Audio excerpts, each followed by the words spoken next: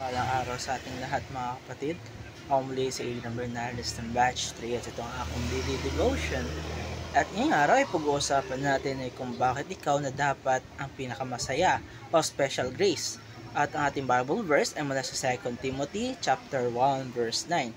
Sinasabi dito sa ating scripture ngayong araw, "Who hath saved us and called us with an holy calling, not according to our works, but according to His own purpose and grace, which was given us in Christ Jesus before the world began."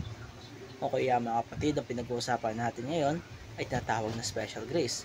Ito rin ay tinatawag na saving grace. Ito ang sovereign work of God kung saan siya mismo ang kumikilos para dalhin ang mga makasalanan tungo sa kaligtasan kay Kristo.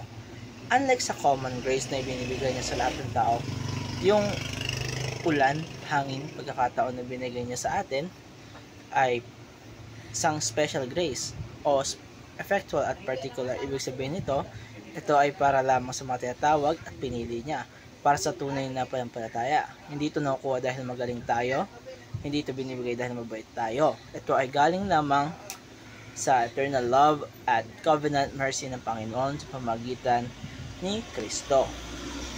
Mga kapatid, bakit nga ba dapat tayo maging masaya? Kasi kapatid, kung nasa iyo na si Kristo ay mayroon kang matatanggap na pinakamahalagang regalo na hindi mo makikita sa ibang tao o sa hindi ito matutumbasan ng kahit ano sa mundo. Hindi ito pera, hindi ito fame, hindi ito success sa career. Ito ay grace ng Diyos na nagligtas sa iyo mula sa kasalanan at kamatayan. At mayroon tayong tatlong bagay na matutunan dito mga kapatid. Una-una, common grace is for all people. Lahat tayo nakakaranas ng blessings mula sa Diyos, kahit believer o unbeliever. Pero tandaan natin, hindi lahat ng blessings ay equal sa kaligtasan. Yung common grace ay nagpapakita lang ng kabutihan niya, pero hindi ito sapat para iligtas tayo. Kalawa, special grace is for believers only. Ito yung nakakamangha dahil kung ikaw ay tunay na sumasampalataya kay Kristo, ibig sabihin ito ay tinawag ka ng Diyos at binigyan ng special grace. Hindi ito dahil karapat-dapat tayo, kundi dahil mahal tayo ng Diyos mula pa noong una. Kaya dapat lagi tayong mag-overflow sa joy at gratitude kasi ikaw ay kabilang sa kanyang mga iniligtas. And lastly, Jesus is the most special gift. At syempre, ang pinaka-center ng lahat ng ito ay si Jesus mismo.